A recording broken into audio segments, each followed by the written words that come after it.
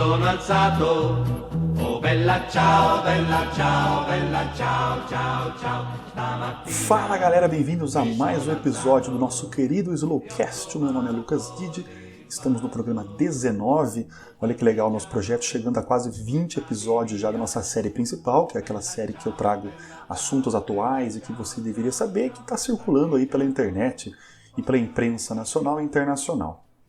Gostaria também de agradecer bastante aqui a participação de vocês, estou gostando muito desse engajamento, muita gente vindo falar comigo, pessoas que ouvem dentro do meu círculo de amizades, pessoas dentre aquelas que são meus alunos, pessoas que já foram meus alunos e agora estão seguindo aí seus rumos universitários, acadêmicos e que vêm, trazer com carinho palavras de apoio e incentivando a produção desse programa. Além disso, também já tive contato com pessoas de fora dos nossos estados, pessoas de outros lugares do Brasil, e que gastam um tempinho aí escrevendo um e-mail pra gente. Então eu vou novamente reforçar para vocês aqui, para quem quiser mandar mensagens, entrar em contato com sugestão de temas, com elogios, com críticas também.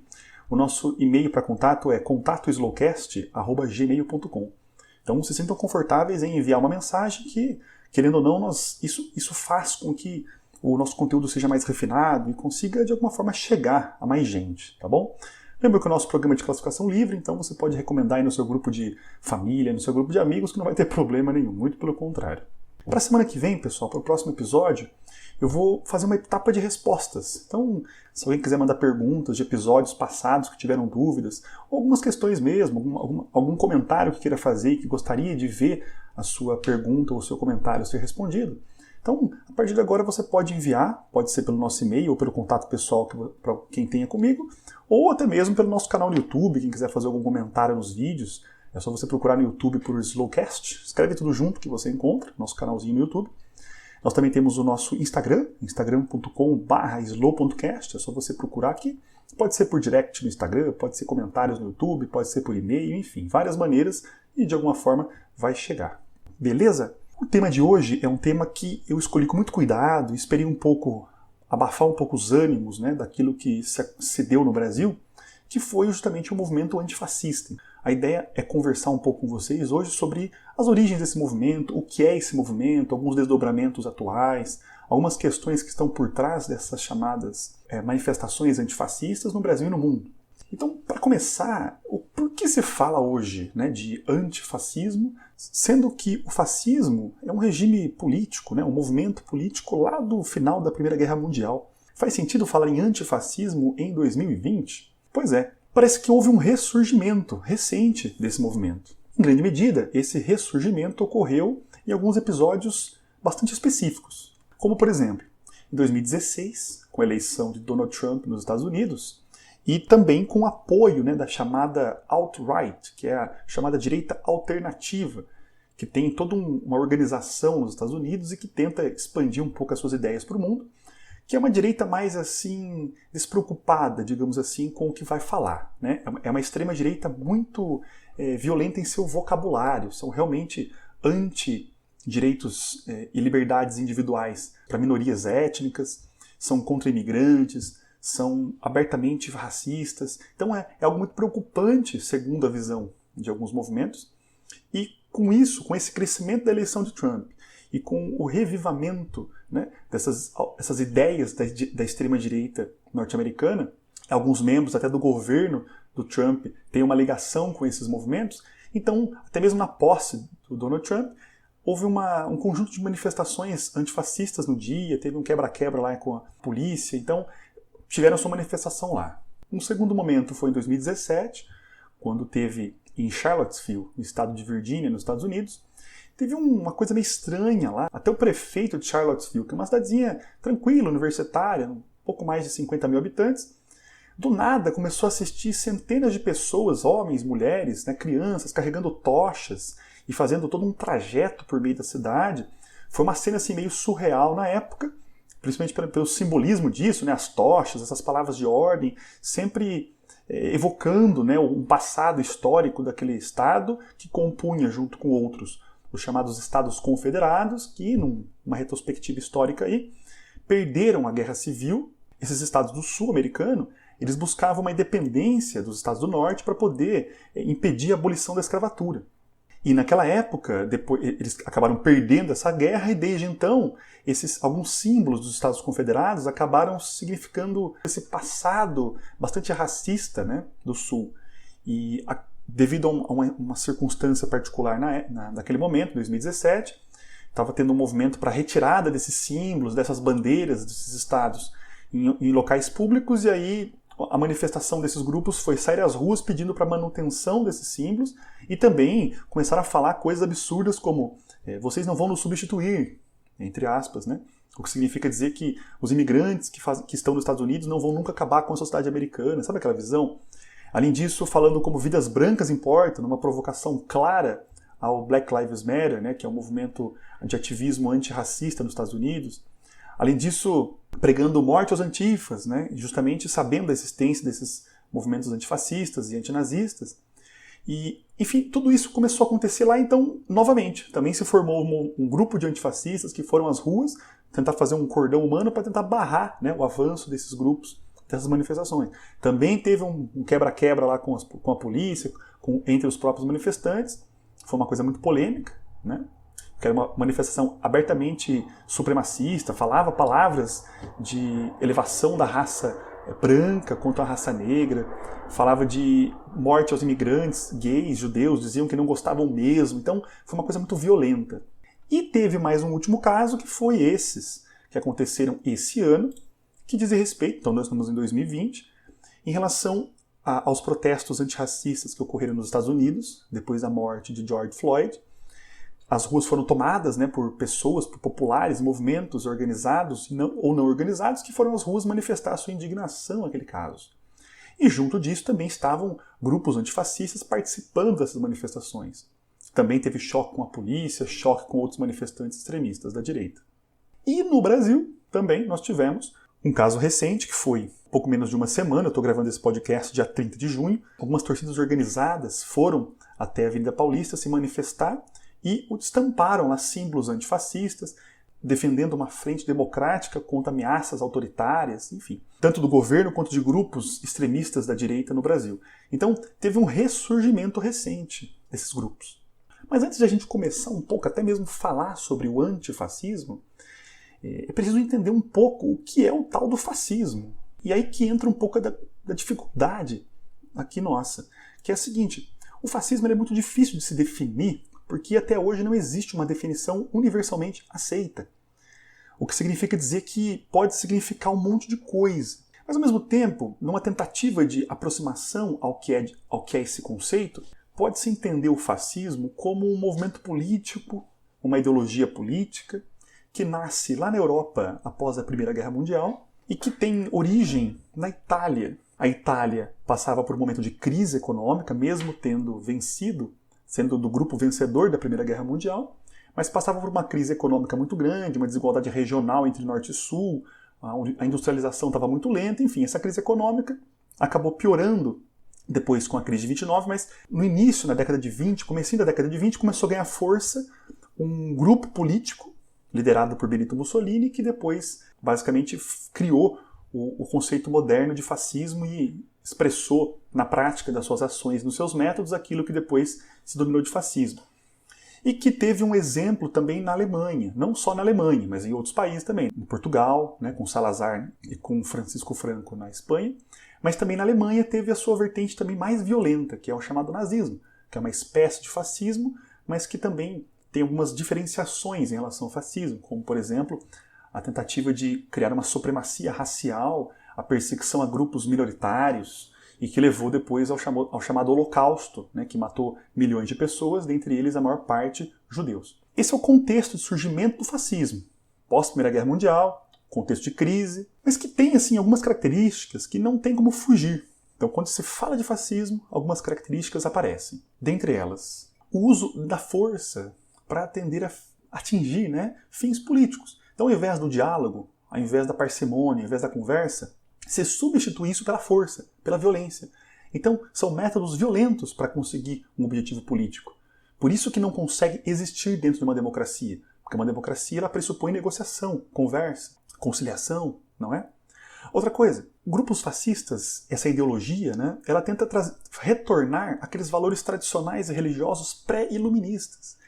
Então, são basicamente grupos que negam a modernidade, querem um retorno de um certo tradicionalismo que pressupõe uma sociedade lá atrás, em que tudo funcionava devido ao sistema de valores daquela época e que a modernidade e tudo aquilo que a modernidade trouxe em termos de progresso humano, isso acabou meio que errando na história, segundo esses fascistas. Então é preciso retornar àqueles valores pré-iluministas. Então é abrir mão, por exemplo, da razão, abrir mão, por exemplo, do Estado de Direito e retornar àquilo que era antes, uma certa hierarquia social, uma autoridade religiosa, um certo pensamento até mesmo esotérico, algo pré-iluminista no sentido de pré-científico. A outra, que é muito marcante também, é a exaltação de um líder. Escolhe-se um líder, geralmente esse líder acaba surgindo no meio dessa população, que consegue, de alguma forma, ganhar essas massas com discursos fáceis. O fascismo também tem que ter discursos muito simples, não pode ter um grande pensamento complexo e sofisticado. A ideia é estampar uma propaganda simples para as pessoas. Por isso que perguntas muito complexas, como a resolução de problemas estruturais de um país, acabam tendo respostas muito simples e por isso acabam se difundindo rapidamente essas ideias. É claro que são respostas erradas para essas perguntas, muitas vezes não levam nem aproximação da questão. Mas esse líder, ele é considerado pelo grupo político como aquele que vai ser o representante dessa nação, desse grupo que tenta esse retorno e essa superação dessa condição moderna. Então, geralmente, esse líder ele é seguido até o fim. Tudo que esse líder fala tem que ser respeitado. Esse grupo político coloca uma personalidade muito grande no movimento. E muitas vezes esse líder ele é um ser iluminado que vai guiar a todos em rumo àquilo que os fascistas querem, que é um Estado basicamente totalitário, defendendo, claro, seus valores. Outra coisa do fascismo que é importante vocês saberem é o negacionismo da história. Então tudo aquilo que foi produzido através de pesquisas sérias, acadêmicas e rigorosas ao longo de muito tempo, isso acaba sendo um pouco distorcido pelos líderes do movimento, claro, e também pelos seus seguidores, que acabam tentando meio que fazer um revisionismo na história a seu favor. Então episódios históricos que esses grupos acreditam que são favoráveis ao seu entendimento para comprovar aquilo que eles estão pensando, eles elencam isso como importante e acabam simplesmente abdicando tudo o conhecimento científico em torno daquilo para ignorar, criar uma trajetória única da história que seja a seu favor, entende? Esse negacionismo da história, a tentativa de reescrever a história. E outra coisa, sempre também muito importante do fascismo, importante no sentido de entender o movimento, é claro, é o culto à violência, à militarização e, além disso, ao uso de armas. Então é muito comum falar em uso de armas para se proteger esses valores, para milícias também, a participação de milícias dentro de uma sociedade para conseguir impor esses valores fascistas por meio da força, não permitir, por exemplo, contestação. Perseguição de opositores. Qualquer um que for contestar esse líder, esse movimento, deve ser eliminado, deve ser perseguido, deve ser expulso. Então, esse é um método fascista, mas ao mesmo tempo um regime político, ao mesmo tempo um movimento, uma ideologia. Entende como é difícil caracterizar esse conjunto de coisas? Mas, Lucas, o fascismo já não acabou? O fascismo já não foi derrotado na Segunda Guerra Mundial? O nazismo também não são ideologias que estão na lata de lixo da história? Então, para aquelas pessoas que não se preocupam muito em estudar esse assunto e simplesmente vivem sua vida, vão trabalhar, vão estudar, parece que esses movimentos já são parte da história, né? São matéria de prova, são questões que vocês só ouvem falar em livros empoeirados. Mas para alguns grupos que se preocupam em mapear e nunca mais deixar com que essas ideologias retornem, segundo esses grupos, e aí incluem os antifascistas, essas ideologias elas estão vivas, mesmo que não sejam ideologias de Estado, como foram no passado, na Alemanha, na Itália e em outros. Inclusive no Brasil também nós tivemos uma certa aproximação com o fascismo no século passado, com a criação do movimento integralista brasileiro.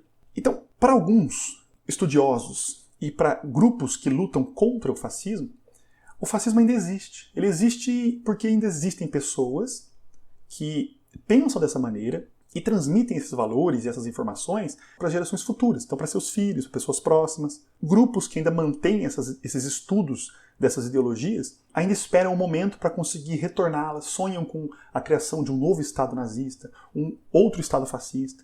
Então existem grupos que, ao mesmo tempo em que sabem da existência desses grupos fascistas e nazistas, eles também se preparam para o momento onde esses grupos simplesmente darem as caras. Isso acontece em alguns momentos da história, eu vou mostrar para vocês. No século passado, em algumas vezes esses movimentos começaram a aparecer de novo, mas é aí que entra o chamado antifascismo. Antifa, que é o nome que se dá atualmente, é uma abreviação de antifascismo, não é somente uma abreviação. Antifa não é um movimento organizado, não tem uma estrutura, não tem uma hierarquia, não tem nenhum manifesto pelo qual nós podemos ler e entender as suas ideias. São basicamente manifestantes que seguem geralmente ideologias de esquerda, né, da extrema esquerda, e que usam uma ação política direta, seja nas ruas ou seja na internet. Eles se opõem, esse grupo se opõe ao que eles consideram hoje como manifestações fascistas, que em grande medida parece que atualmente, segundo esse grupo, elas estão mais evidentes do que estiveram lá no passado. Então, por exemplo, políticos de extrema direita, partidos de extrema direita, grupos que abertamente falam e se expressam através do racismo, da homofobia, da xenofobia, da supremacia, né, do antissemitismo. Esses grupos, eles estão sempre atentos a isso, os antifascistas, e segundo eles, a qualquer momento que esses grupos apareçam, o Antifa já vai tentar reprimi-los para não deixar com que essas ideologias ganhem força. Geralmente são pessoas que seguem uma ideologia anarquista, comunista, socialista. Basicamente entendem que o Estado democrático, em alguns lugares do mundo, como Estados Unidos, Brasil, alguns países europeus, eles não estão preparados ainda para lidar com esses movimentos. Tem outras preocupações. Então esses movimentos antifa, eles acreditam que, se for inspiração do Estado, esses movimentos fascistas vão ganhar muita força, porque eles vão ser tolerados dentro de um Estado democrático. A ideia da tolerância dentro de um Estado democrático é muito ampla. Então vários grupos podem coexistir. Só que, no entanto, segundo os antifa, esses grupos fascistas, ou pelo menos neofascistas, que flertam com essas ideologias totalitárias, porque dentro da democracia eles podem existir, eles acabam ganhando força, eles acabam falando as suas ideias, algumas pessoas desavisadas acabam acompanhando e apoiando, e muitas vezes eles podem ser eleitos e conseguir implementar um regime. Então, segundo os antifascistas, é preciso barrá-los no início. É mais ou menos aquela ideia do paradoxo da tolerância, sabe? Desenvolvido, né, criado pelo filósofo da ciência Karl Popper. É mais ou menos assim. Temos sempre que praticar a tolerância. A tolerância é algo que nós temos que ter. Só que se nós formos muito tolerantes com todos e com tudo, podem ter grupos dentro desse movimento, dentro dessa sociedade que nós toleramos, que todos são tolerados, que acabem meio que pregando ódio e justamente pregando a intolerância. Então, se nós formos tolerantes com grupos intolerantes, a tendência é que esses grupos intolerantes acabem ganhando essa disputa, porque a ideia deles é a violência, enquanto a dos tolerantes é a paz. Para Karl Popper, existe uma única situação onde nós não devemos nunca ser tolerantes, que é justamente com grupos que são intolerantes. O paradoxo vem daí. A tolerância é sempre necessária, menos quando os grupos intolerantes começam a ganhar força. Então nós devemos ser intolerantes com os intolerantes. Essa é a ideia por trás do paradoxo, que é mais ou menos o que pensam esses antifascistas. Os antifa, eles defendem que a sua oposição é contra qualquer ideologia nazifascista. Então, como o nazismo é uma vertente do fascismo, então eles são contra qualquer ideologia fascista, qualquer discurso fascista. E, segundo eles, o fascismo que foi lá no passado, pós-Primeira Guerra Mundial, aquele período entre guerras, é um pouco diferente do que é hoje. Então, naquele momento, o fascismo estava relacionado com aquele contexto histórico. Enquanto agora, o fascismo se apresenta de diferentes maneiras que nós devemos ficar em alerta. Então, por exemplo, qualquer discurso contra homossexuais não é somente a liberdade de expressão. É um discurso claramente fascista, segundo esses grupos, antifa, né, e tem que ser combatido para não deixar com que isso cresça a ponto de um Estado totalitário novamente se reerguer e perseguir e matar homossexuais. Da mesma forma, minorias étnicas, religiosas, e, segundo eles, atualmente, aqueles grupos que continuam ainda próximo do que foi o fascismo são os grupos de extrema-direita. Então, partidos de extrema-direita são bastante combatidos pelos grupos antifa, porque seriam grupos fascistas que se organizam segundo um partido político para dar uma aparência de que estão no jogo democrático. Assim que eles assumem o poder, eles começam já a se mostrar e se revelar quem são e se as instituições democráticas não são suficientes para conter esses grupos, eles acabam meio que contornando e meio que, de alguma forma, destruindo e corroendo a democracia por dentro, até que pode levar a um Estado, novamente, totalitário. Por isso a ação deles é tão direta como eles dizem. E ação direta no sentido de que, na internet, por exemplo, eles ficam a todo instante pesquisando, tentando se infiltrar em fóruns fascistas para entender quem são essas pessoas, o que eles pensam, o que eles estão programando. E existem esses fóruns, esses grupos. Em redes sociais também, em grupos de WhatsApp. Então, eles estão tentando a todo momento se infiltrar para saber o que está acontecendo, para poder programar, para poder criar uma resistência. E nas ruas também. Muitas vezes eles acabam entrando em embate, né, combate direto contra esses grupos fascistas que também existem e que, principalmente, estão prontos também para esse combate. Né? Por isso que muitos antifa também acabam se preparando, fazendo artes marciais, utilizando armas para poder combater a esses grupos nazistas. Para a gente entender um pouco as origens desse movimento antifa, nós temos que voltar um pouquinho lá nos anos 20, lá na Europa. Os cientistas políticos e os historiadores, eles afirmam que o antifascismo ele nasce exatamente após o nascimento do fascismo. Então são movimentos que nascem próximos. No momento onde, na Itália fascista, na década de 20, Benito Mussolini faz um golpe de Estado, a marcha sobre Roma, toma o poder e começa a implantar o seu regime fascista, alguns estudantes, intelectuais, pessoas de oposição, grupos de esquerda começam a se organizar contra esse regime. E aí surge o que pode ser entendido como um movimento contra o fascismo, a resistência ao fascismo. Mas é claro que contra um Estado é muito complicado. Por isso que esses grupos acabaram sendo perseguidos e não conseguiram dar conta de acabar com o regime fascista. Nos anos 30, agora na Alemanha, também o nazismo começa a ganhar força, o partido de Hitler acaba tomando o poder. Com isso também, esse movimento antifascista que existia na Itália começa a se organizar também dentro, associado ao Partido Comunista na Alemanha, para conseguir ganhar força, já que o fascismo e o nazismo são muito anticomunistas. Então surge dentro do comunismo, dentro dos partidos comunistas, essa ação ligada a uma resistência. E aí acaba juntando de tudo lá, né? Qualquer um que fosse contra esses regimes. Então junta professores, estudantes, intelectuais, escritores, sindicalistas, artistas, todos aqueles que viam no Estado nazista e no Estado fascista ameaça a sua própria existência. Só que a Segunda Guerra acaba, tanto o fascismo e o nazismo eles acabam juntos, supostamente como Estado, mas permanecem como pensamento, ideologia dentro de grupos minoritários. Mas pelo menos assim, a ameaça desses estados totalitários acaba naquele momento, da extrema-direita. E aí começa o momento onde alguns socialistas e comunistas eles vão se organizando em partidos políticos, voltam a se organizar, acabam entrando nas eleições, buscando disputar eleições e competir pelo poder, dentro de um jogo democrático. Só que os anarquistas, que faziam parte, né, desses movimentos antifascistas, eles acabam meio que não se organizando em partidos. Né? Os anarquistas são contra qualquer forma de autoridade. Então, segundo eles, o Estado é autoritário. Então, eles acabam meio que se encontrando em grupos pequenos, acabam existindo, basicamente, sendo acolhidos por movimentos culturais, né? Como, por exemplo, o punk, o pós-punk.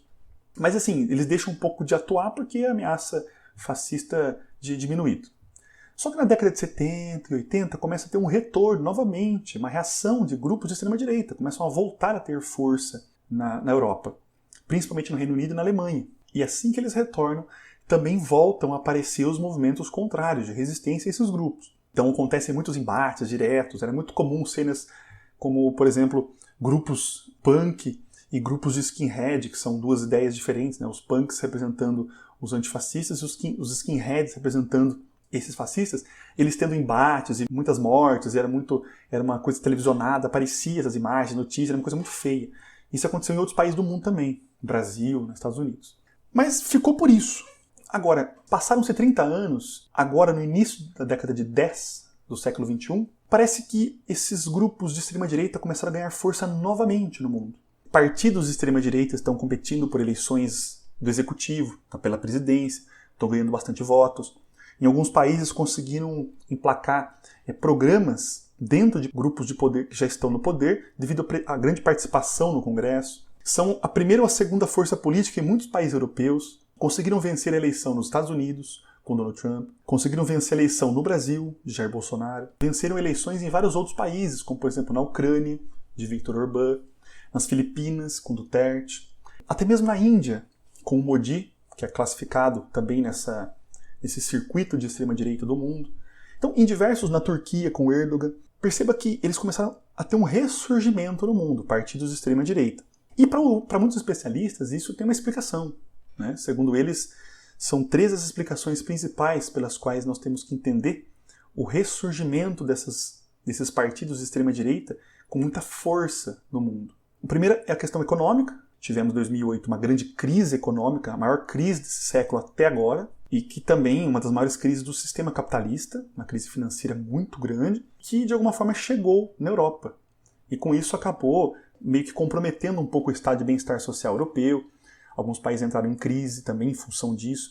Até mesmo também a transformação do próprio sistema capitalista, né, que acaba sendo muito mais automatizado. Aqueles empregos de baixa qualificação não são mais em grande medida opção para muitas famílias. O desemprego aumenta, a falta de oportunidade, a falta de esperança econômica. Então isso fez com que muitas vezes as pessoas estivessem desacreditadas com a classe política, culpando a classe política pelo problema, quando na verdade é um problema também estrutural do sistema capitalista. Uma segunda explicação pela qual a extrema-direita ganhou força é pela questão demográfica, principalmente na Europa, em que a taxa de natalidade de muitos países, da população de muitos países, ela foi reduzida drasticamente pela transição demográfica mesmo, é um processo natural. E o envelhecimento dessas populações faz com que o sistema previdenciário ele acabe entrando em colapso. Por isso que muitos imigrantes acabam entrando no país e sendo muito bem colocados, porque esses países precisam de imigrantes para poder meio que equilibrar a pirâmide etária. Só que com isso acaba entrando em conflito, com muitas vezes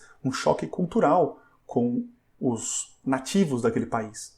Esses discursos de extrema-direita acabam culpando os imigrantes pelos problemas, quando na verdade mal eles sabem, né, que é a solução para muitos problemas devido à natalidade. E o grande problema, na verdade, são essas transformações estruturais que o capitalismo passa, que acaba com os empregos de baixa qualificação. E uma terceira razão pela qual esses movimentos ganham força é a própria internet. Que até então, esses discursos de extrema-direita, eles eram muito restritos a grupos, que basicamente viviam isolados, ficavam entre eles, era muito marginal dentro do pensamento e da opinião pública. Só que com a internet, esses grupos começam a se organizar em rede e a compartilhar, principalmente depois com uma certa técnica de propaganda chamada fake news, que é você simplesmente modificar uma informação ou criar uma informação falsa sobre determinado assunto e fazer com que isso vire um meme. E aí isso se espalha a uma velocidade muito grande.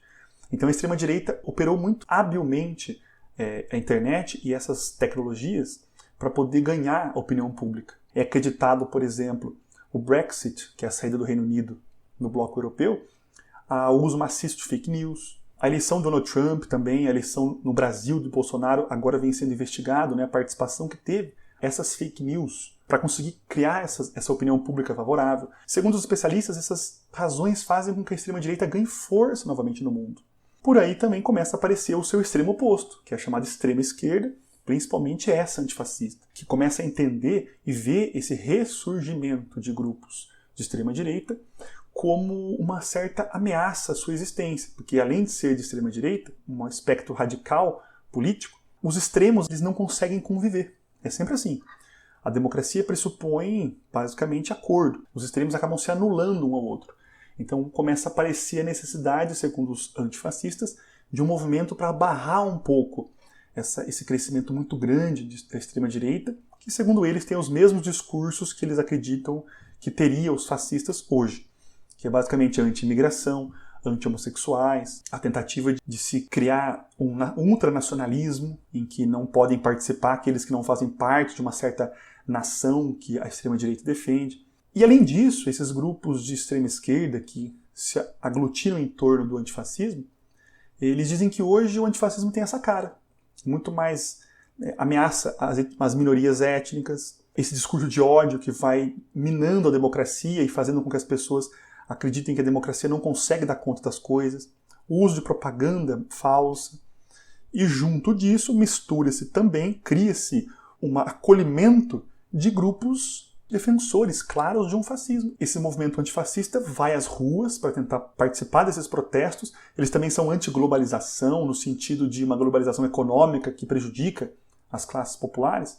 Então, junto de uma ideologia antifascista, eles também defendem uma reforma muito grande do sistema capitalista, e a reação política a isso é muito interessante, e eu finalizo o podcast com isso.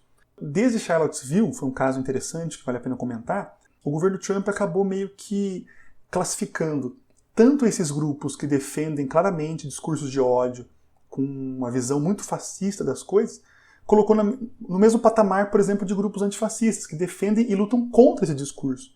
Os grupos antifascistas falavam, como que podem colocar no mesmo caldeirão um grupo fascista e um antifascista? Nós só existimos porque nós queremos lutar contra os discursos fascistas, que são intolerantes, eles pregam a eliminação, basicamente, de minorias. Então isso permitiu com que esses grupos ganhassem força, e grupos de extrema-direita. Só que recentemente, em função dos protestos que aconteceram nos Estados Unidos e no Brasil, o Trump acabou fazendo um tweet que foi muito curioso, dizendo que classificaria esses grupos antifascistas como grupos terroristas, porque eles acabaram criando uma certa baderna, como foi chamado, nas cidades, tacaram fogo em locais públicos, acabaram quebrando vidro de lojas, né? Então criaram um impacto muito grande através das imagens. E aí Trump aproveitou esse protesto grande que era contra esse Estado racista. Trump disse que classificaria como terrorista, numa tentativa clara também de deslegitimar o movimento que estava acontecendo contra também o governo Trump, que apoiou durante muito tempo esses discursos racistas. No Brasil também, esses movimentos organizados que foram às ruas há algumas semanas em defesa da democracia, era uma semana, na semana anterior nós víamos nas ruas pessoas defendendo um golpe militar, pessoas defendendo um novo AI-5, pessoas defendendo a prisão de deputados, senadores eleitos, a prisão de figuras de autoridades políticas no Brasil, autoridades do judiciário, né? Isso eram visões claramente fascistas. Para esses grupos que foram às ruas, também lutando contra esses manifestantes fascistas, o governo Bolsonaro utilizou também esse discurso apropriado dos Estados Unidos de que classificaria esse grupo como terrorista, de que são pessoas que estão só fazendo baderna e promovendo a violência. Numa tentativa clara de deslegitimar a ideia de combate justamente a pessoas que querem acabar com a democracia. O Estado muitas vezes reprime essas pessoas por meio da polícia. Então é muito comum você ver uma manifestação da extrema-direita no Brasil, simplesmente a polícia cercando e protegendo, enquanto você vê uma manifestação antifascista, por exemplo, muitas vezes a polícia tem uma agressividade muito maior no tratamento dessas manifestações. E lembrando sempre que a questão dos métodos pelos quais o antifascismo age, seja ele quebrando vidros ou seja ele apenas com cartazes, é muito discutido dentro do movimento também. Tanto quanto a própria bandeira, né? Eu não comentei com vocês, mas a bandeira antifascista ela nasceu lá na década de 30 na Alemanha. A chamada Ação Antifascista criou essa bandeira, preta e vermelha, a bandeira preta representando anarquismo e a bandeira vermelha representando as ideologias comunista e socialista. Até hoje é discutido se a bandeira tem que estar com o mastro para a direita apontando para a esquerda, tem que estar com o mastro para a esquerda apontando para a direita. Então, sim, existe uma diferença até mesmo dentro do próprio movimento, para entender de fato se esse movimento tem que ter um método pacífico, tem que ter um método mais agressivo contra alguns grupos, entra em confronto, não entra em confronto com esses grupos, entende? Então esse é o estado da coisa atualmente, pessoal. Então espero que vocês tenham gostado. Esse episódio ele foi pensado justamente para esclarecer o que vem acontecendo recentemente e para vocês também terem um pouco mais de entendimento para poder acompanhar aí os noticiários e os eventos recentes do nosso país e do mundo. Um grande abraço a todos. Semana que vem nós voltamos com outro episódio e qualquer coisa, por favor, entre em contato com a gente, beleza? Grande abraço, até semana que vem. Questo è il fiore del partigiano morto per la libertà. Questo è il fiore del partigiano morto per